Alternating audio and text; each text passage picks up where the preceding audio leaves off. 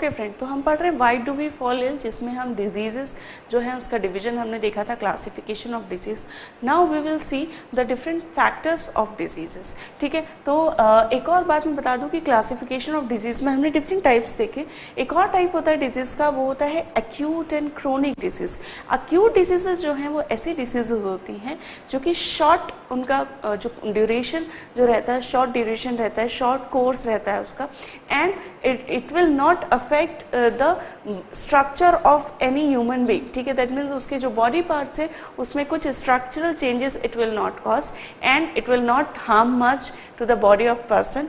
And ये जो है शॉर्ट ड्यूरेशन के लिए होती है, और जो पर्सन जो है इसके बाद एक वीक या उससे थोड़े ज़्यादा दिनों में ठीक हो जाता है अपने आप। ठीक है, तो that is called as acute diseases. ठीक है, लेकिन इसका जो अटैक होता है वो थोड़ा सा ज़्यादा होता है। ठीक है, इंटेंस होता है। ठीक है, फॉर एग्जांपल हमें सर्दी, खांसी, बुखार कभी कभी हो जाती है। ठीक है, वायरल इन्फेक्शन हो गया, तो these are what, these are acute diseases. ठीक है, जो कि शॉर्ट ड्यूरेशन के लिए होगी, एक वीक में होंगी। अगर हमने ट्रीटमेंट लिया तो जल्दी ठीक हो जाती है, अगर नहीं लिया तो एक वीक या 10 दिन में वो आराम से ठीक हो जाती है। ठीक है, उसके बाद हमें बॉडी में उससे कोई पर्टिकुलर चेंजेस जो है वो नहीं आते।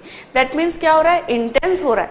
एक्यूट जब होती हैं तो उसका इफेक्ट ज़्यादा होता है। ठीक है, लाइक एग्जांपल हमें फीवर होगा तो बहुत हाई फीवर होगा। ठीक, लेकिन क्या होगा कि वो शॉर्ट ड्यूरेशन में वो चीज़ ठीक हो जाएगी, लेकिन आफ्टर सम टाइम अगर ऐसी कोई पर्टिकुलर डिजीज, ठीक है, एक्यूट डिसीजेस हमें फ्रिक्वेंटली हो रही हैं, बार बार हो रही है। ठीक है, हर 6 महीने में जो है बहुत ज़्यादा खांसी हो रही है। ठीक है, और बहुत ज़्यादा खांसी होने के बाद वो बहुत दिन में ठीक हो रही है, बार बार हर महीने हमें प्रॉब्लम हो रही है, तो these diseases are called as chronic disease. ठीक है, क्रोनिक डिसीजेस ऐसी डिसीज होती हैं जिनका कि कोर्स लॉन्ग होता है। उन क्रोनिक डिसीजेस से बॉडी में जो है पर्टिकुलर जिस ऑर्गन को अफेक्ट करती है उसमें structural changes, degenerative changes cause करती हैं, और दीज आर हार्मफुल डिसीजेस। तो chronic diseases are harmful as compare to acute diseases. ठीक, तो ये हमने देखा division. Now we will see the factors causing diseases. ठीक है, ईटियोलॉजी ऑफ डिजीज। ठीक है, इसे ईटियोलॉजी भी कहते हैं। ईटियोलॉजी मतलब कि कोई पर्टिकुलर डिजीज की ईटियोलॉजी क्या है, कॉजेटिव एजेंट फैक्टर क्या है उसका। ठीक है, तो that is called as aetiology. तो अब हम डिफरेंट 5 फैक्टर्स आर देयर जो कि ईटियोलॉजी जो है शो करते हैं किसी भी डिजीज की। सबसे पहला जो फैक्टर है वो है बायोलॉजिकल एजेंट्स। बायोलॉजिकल एजेंट्स क्या होते हैं, दीज आर पैथोजेंस। ठीक है, विच कॉजेस डिजीज। ठीक है, पैथोस मीन्स डिजीज और जेनेसिस मीन्स प्रोडक्शन और एजेंट्स। ठीक है, तो agents of diseases are called as pathogens. ठीक है, अब ये पैथोजेंस जो है वो कौन कौन से हो सकते हैं, ये पैथोजेंस हो सकते हैं बैक्टीरियाज, वायरसेस, फंगाई, प्रोटोजोन्स। ठीक है, so it could be different pathogens. ठीक है, हेलमिन्स जो है क्या होते हैं, वर्म्स होते हैं। ठीक है, एनिमल्स होते हैं जो कि पैरासाइट्स होते हैं, तो हेलमिन्स कहते हैं उन्हें। ठीक है, निमेटोड्स जो है वो राउंड वर्म्स होते हैं, और हेलमिन्स जो हैं वो फ्लैट वर्म्स होते हैं। तो these are different biological factor. Biological factor मतलब दीज आर लिविंग ऑर्गेनिजम्स और living agents which causes disease. ठीक है, तो these are called as biological factor और एजेंट्स। ठीक है, दूसरा न्यूट्रिटिव फैक्टर। न्यूट्रिटिव फैक्टर में क्या होगा कि न्यूट्रिशन, ठीक है, जैसे कि विटामिन, मिनरल, प्रोटीन्स, कार्बोहाइड्रेट्स,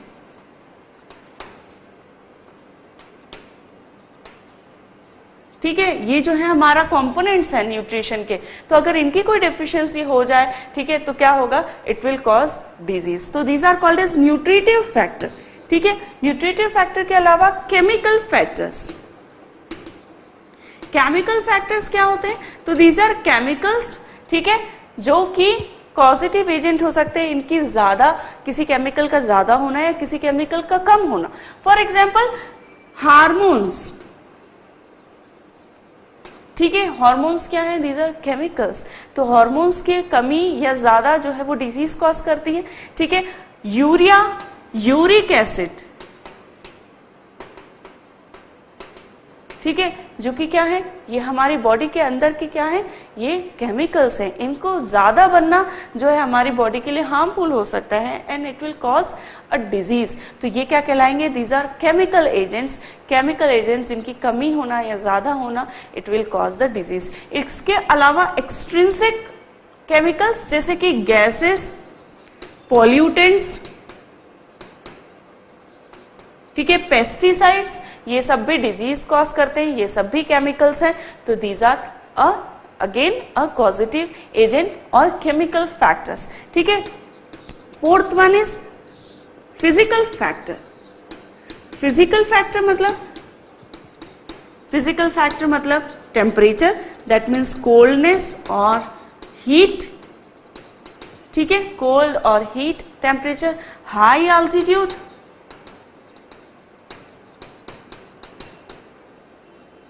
ठीक है, हाई बैरोमेट्रिक प्रेशर, ठीक है, रेडिएशन, ठीक है, रेडिएशन की वजह से भी जो है radiation is a cancerous carcinogen है रेडिएशन, दैट मीन्स रेडिएशन की वजह से जो है किसी पर्सन को क्या हो सकता है, उसे कैंसर हो सकता है। तो रेडिएशन, साउंड अगर बहुत ज्यादा हो तो एक पर्सन जो है वो उसकी हियरिंग इम्पेयर हो सकती है, ठीक है। तो कोल्ड, हीट, बहुत ज्यादा कोल्डनेस की वजह से फ्रॉस्ट बाइट हो जाती है, ठीक है, बहुत ज्यादा हीट की वजह से हीट स्ट्रोक हो जाता है, हाई एल्टीट्यूड पे जो है ब्रीदिंग में प्रॉब्लम आती है, रेडिएशन की वजह से जो है कैंसर हो सकता है, साउंड की वजह से इंपेयर हो सकती है हियरिंग। इसके अलावा एक और फैक्टर है और वो है मैकेनिकल फैक्टर, ठीक है। मैकेनिकल फैक्टर्स जो है उसमें कौन कौन से फैक्टर्स आएंगे, उसमें आएंगे स्प्रेन, ठीक है, इंजरी, कोई इंजरी हो जाए, डिसलोकेशन हो जाए, जो जॉइंट्स हैं वो डिसलोकेट हो जाए, या बोन्स जो हैं वो फ्रैक्चर हो जाए, ठीक है। तो these are what, these are injuries, these are mechanical factor जो कि डिजीज कॉज करते हैं, जो है इलनेस कॉज कर सकते हैं, ठीक है। So these are different factor, biological agent, nutritive factors, chemicals, physical factor and mechanical factor. अब इसमें कुछ ऐसे फैक्टर हैं जो कि बॉडी से एक्सटर्नल हैं। फॉर एग्जाम्पल अगर हम बात करें पैथोजेंस की, ठीक है, अगर हम बात करें टेम्परेचर की या हाई एल्टीट्यूड की, ठीक है, या साउंड और रेडिएशन की, या हम बात करें पॉल्यूशन की, ठीक है, या हम बात करें मैकेनिकल फैक्टर्स की, इंजुरीज की, ठीक है। So these are what? These are all extrinsic factor. Extrinsic factors are those factors which causes disease and they are present outside the body. So these are called as extrinsic factor. While some factors are called as intrinsic factor which are present inside the body. ठीक है, for example यहाँ पर हमने जो देखे कौन कौन से, हमने देखा न्यूट्रिशन, ठीक है, इसके अलावा हमने देखा हार्मोन्स, ठीक है, इसके अलावा हमने देखा urea, uric acid, these are what, these are intrinsic factor which are present inside the body, ठीक है। तो ये जो फैक्टर्स हैं हमारी not only inside the body but actually body is related to those diseases, ठीक है। फॉर एग्जांपल बॉडी में जो है न्यूट्रिशन की कमी है, ठीक है, उसकी वजह से हमें डिजीज हो रही है, तो इनसे हम इंट्रिंसिक फैक्टर कहेंगे which includes the body. Extrinsic factor जो है वो आउटसाइड बॉडी के बाहर से उसे अफेक्ट कर रहे हैं, तो इसीलिए हमने उसे कहा एक्सट्रिंसिक फैक्टर। इंट्रिंसिक फैक्टर जो कि बॉडी के अंदर से ही उसे अफेक्ट कर रहे हैं उन्हें हम कहेंगे इंट्रिंसिक फैक्टर, ठीक है। तो these are called as intrinsic factor. Intrinsic factor में जेनेटिक फैक्टर जो हैं those are also intrinsic factor जो कि बॉडी के अंदर ही ऑलरेडी प्रेजेंट है और उनकी वजह से डिजीज हो रही है, ठीक है। अब इन सारे केसेस में एक और इम्पॉर्टेंट बात है वो ये है कि primary cause and secondary cause of disease.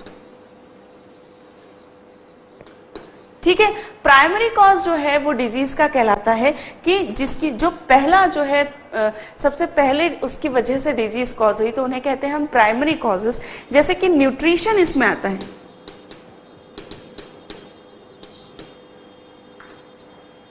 ठीक है। तो अगर एक पर्सन प्रॉपर न्यूट्रिशन न ले तो that will be a primary cause of disease. क्यों? क्योंकि अगर एक जो पर्सन है वो प्रॉपर न्यूट्रिशन नहीं लेता है तो उसके बॉडी की इम्यूनिटी ऑलरेडी क्या हो रही है, कम हो रही है। अगर बॉडी की इम्यूनिटी कम होगी तो इजीली बाहर से इन्फेक्शन जो है उसकी बॉडी को होंगे और उसकी बॉडी जो है उन इन्फेक्शन से फाइट करने में एबल नहीं होगी, ठीक है। तो these are called as primary factors और प्राइमरी कॉजेस। जबकि सेकेंडरी कॉजेस जो है वो क्या होंगे, वो होंगे हाइजीन्स, पुअर हाइजीन, ठीक है। पुअर हाइजीन अगर न रखें तो it will be a secondary cause, ठीक है। और primary cause which are present in inside the body, ठीक है, जो इंट्रिंसिक फैक्टर हैं, दीज आर प्राइमरी कॉजेस, ठीक है। ओके, तो ये जो 5 फैक्टर्स हमने डिजीजेस के देखे हैं, these are actually primary causes of disease, ठीक है। इन्हें हम क्या कहेंगे, दीज आर प्राइमरी कॉजेस, ठीक है।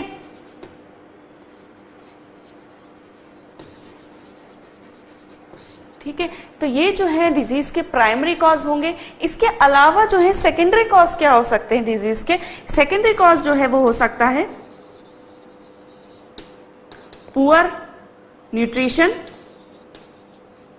पुअर डाइट, ठीक है, पुअर हाइजीन एंड पॉवर्टी, ठीक है। तो दीज आर सेकेंडरी कॉजेज। जो अगर एक जो व्यक्ति है उसका डाइट पुअर है तो क्या होगा, this it will be a secondary cause, ठीक है। और अगर उसने पुअर हाइजीन मेंटेन कर रहा है कोई पर्सन तो it will be a secondary cause, ठीक है। पॉवर्टी है, that means purchasing power is not good and he can not purchase the proper food for himself, तो that is also secondary cause. That means primary causes are this, secondary causes जो हैं पहले इनकी वजह से जो है डिजीज हो सकती है, उसके बाद ये जो सेकेंडरी कॉजेज होते हैं ये सरप्लस कॉजेज होते हैं, ऑन एडिशन जो है दिस विल कॉज डिजीजेस, ठीक है। But the primary causes and these are the main causes of diseases, ठीक है। Now we will see the differences, ठीक है। जो भी हमने टाइप्स देखे क्लासिफिकेशन उसमें हम डिफरेंस देखेंगे और फिर हम देखेंगे manifestation. Okay friends, now we will see the differences between some जो क्लासिफिकेशन हमने देखे इन्फेक्शियस नॉन इन्फेक्शियस डिसीजेस, ठीक है। उसके बाद हमने देखा कम्युनिकेबल या नॉन कम्युनिकेबल भी उसको बोल सकते हैं, इन्फेक्शियस और नॉन इन्फेक्शियस डिसीजेस, ठीक है। दूसरा हमने देखा उसमें एक्वायर्ड एंड कंजेनाइटल डिसीजेस, ठीक है। दूसरा एक और जो है वो हमने देखा, यस, ठीक। तो सबसे पहले ये तीनों चीजों में जो है हम देखेंगे डिफरेंसेस। सबसे पहला हम देखते हैं communicable and non communicable diseases.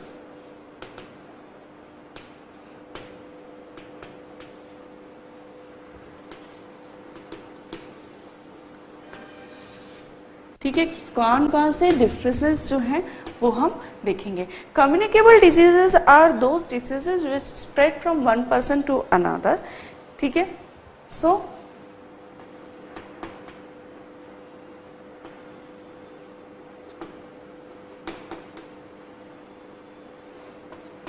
One person से अनदर पर्सन में ये डिजीजेस स्प्रेड होती है।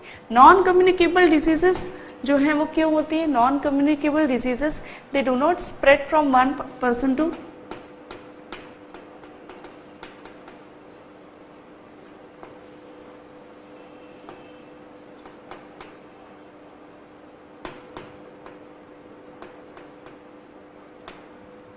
ठीक है। दूसरा कॉजेस क्या होते हैं? तो इसके जो कॉजेस हैं पैथोजेंस रहते हैं, ठीक है, जैसे कि वायरल, बैक्टीरियाज, फंगाई, वर्म्स, प्रोटोजोआस, ये क्या है इसके कॉजेटिव एजेंट्स हैं। जबकि इसका कॉजेटिव फैक्टर क्या होता है? ठीक है, non communicable disease causes due to deficiency of hormone और न्यूट्रिशन, ठीक है, ड्यू टू डीजेनरेटिव चेंजेस, ठीक है, डीजेनरेशन की वजह से हो सकता है, ठीक है। दूसरा ये हो सकता है हेरिडिटी की वजह से, ठीक है। तो इसके कॉजेटिव एजेंट्स क्या है? Deficiency diseases, degenerative diseases and hereditary diseases, ठीक है, ठीक है। तो deficiency, degeneration and hyper sensitiveness,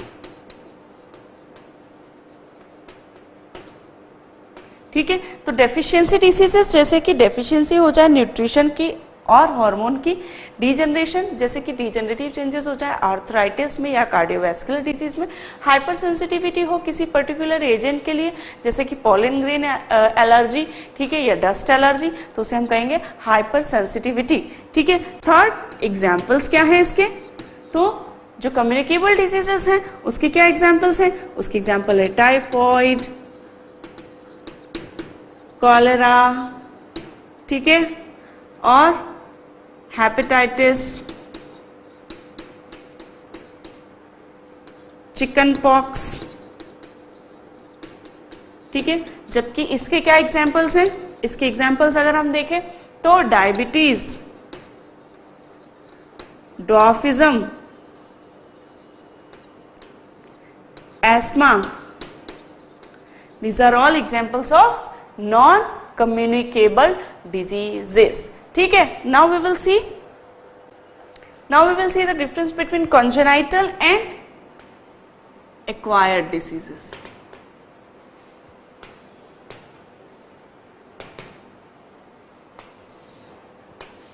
ठीक है। congenital diseases जो है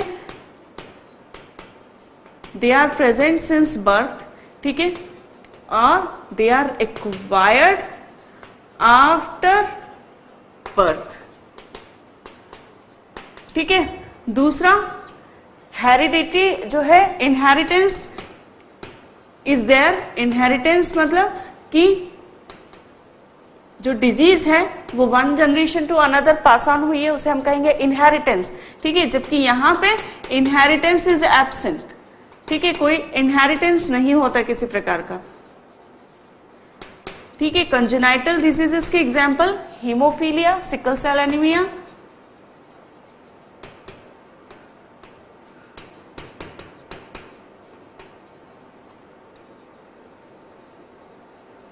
ठीक है। एक्वायर्ड डिजीजेस जो हैं उसके एग्जाम्पल्स तो बहुत सारे हम दे सकते हैं, टाइफॉइड, कॉलेरा, ठीक है, कैंसर्स, ठीक है। तो these are diseases which are acquired after the birth, they are not present since birth, ठीक है, और there is no inheritance is present, ठीक है। तो these are called as acquired diseases. अब एक और डिजीजेस है इन्फेक्शियस और नॉन इन्फेक्शियस डिजीजेस, ठीक है। तो इसमें क्या डिफरेंसेस हैं? देखो, एक आपको डिफरेंस समझा देती हूं कि infectious and non infectious and communicable non communicable क्या अंतर है। देखो, जो कम्युनिकेबल और इन्फेक्शियस हैं वो तो एक ही टाइप की डिसीज हैं, जो कि जो infectious diseases are always communicable because they occur from the any pathogens, infection from any pathogens. जबकि नॉन कम्युनिकेबल और नॉन इन्फेक्शियस में अंतर है। देखिए, नॉन कम्युनिकेबल जो डिजीज है वो एक एक्वायर्ड डिसीज है जो कि एक पर्सन को आफ्टर द बर्थ हुई है, ठीक है, and it is not communicable from one person to another. लेकिन नॉन इन्फेक्शियस डिसीज जो है it could be a congenital as well acquired disease which can not be spread from one person to another, ठीक है। तो that is a difference जिससे कि आप non communicable और नॉन इन्फेक्शियस में कंफ्यूज नहीं होंगे, ठीक है। तो इन्फेक्शियस डिसीजेस जो है दे कैन बी स्प्रेड, ठीक है। तो ट्रांसमिशन जो है इसका ऑलवेज क्या होगा?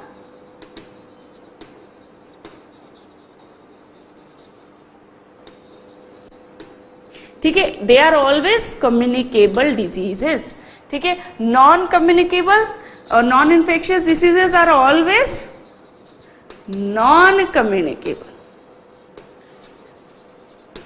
ठीक है। अब ये इन्फेक्शियस डिसीजेस कौन सी होती है? Acquired diseases due to infection with some pathogen, ठीक है, तो सम पैथोजन का इन्फेक्शन होने की वजह से ये डिसीजेस होती हैं, दे आर ऑलवेज एक्वायर्ड, ठीक है, दे कैन बी कंजेनाइटल और एक्वायर्ड,